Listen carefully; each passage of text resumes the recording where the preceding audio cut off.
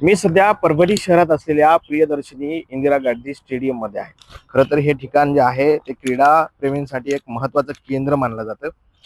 खरं तर ही जागा जी आहे ती महानगरपालिकेची आहे. मात्र या ठिकाणी जे नियंत्रण आहे ते क्रीडा विभाग करतं आणि त्यामुळं या ठिकाणी येणारे जे क्रीडाप्रेमी आहेत त्यांच्यासाठी हे महत्त्वाचं ठिकाण आहे. या क्रीडा विभाग असेल, त्याचबरोबर सामाजिक संस्था असतील, त्यांच्या जे विविध कार्यक्रम असतील, खेळ असतील ते याच ठिकाणी आयोजित केल्या जातात. त्याचबरोबर क्रिकेट आणि फुटबॉल यासाठी महत्त्वाचं हे क्रीडा स्पर्धेचं एक ग्राउंड मानलं जातं. मात्र या ठिकाणी आल्याच्या नंतर जे क्रीडाप्रेमी आहेत त्यांना भौतिक सुविधा मिळत नाहीये, स्वच्छता पाहायला मिळत नाहीये.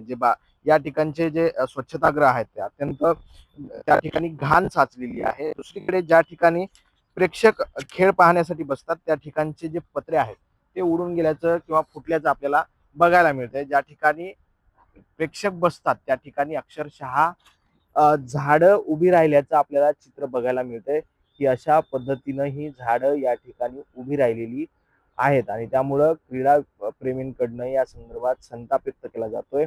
क्रीडा कडनं या संदर्भात लक्ष दिला जात नसल्याचा आरोप देखील या ठिकाणचे क्रीडाप्रेमी करताना दिसतात. या संदर्भात क्रीडा विभागाशी आम्ही चर्चा केली तेव्हा त्यांनी सांगितलं की या संदर्भात या स्टेडियमच्या डागडुगी संदर्भात अद्याप कुठलाही प्रस्ताव किंवा प्रशासनाकडे मागणी केली नसल्याचं त्यांनी सांगितलेलं आहे आणि त्यामुळं क्रीडाप्रेमींकडनं सातत्यानं मागणी होते की या स्टेडियमची झालेली दुरावस्था सुधारित करावी, या ठिकाणची डागडुगी करण्यात यावी. त्याचबरोबर हे क्रीडांगण खेळाडूंसाठी महत्त्वाचं ठिकाण असल्यामुळे इथली स्वच्छता करण्यात यावी.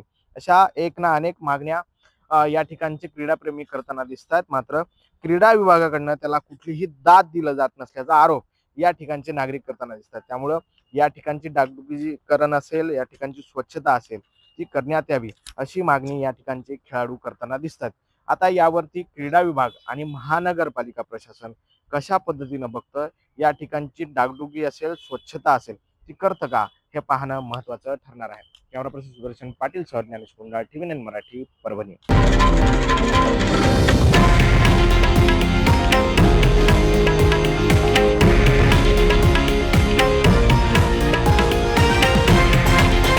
हे आहे देशातील नंबर 1 न्यूज नेटवर्क आणि आपण पाहत आहात TV9 मराठी, एकमेव.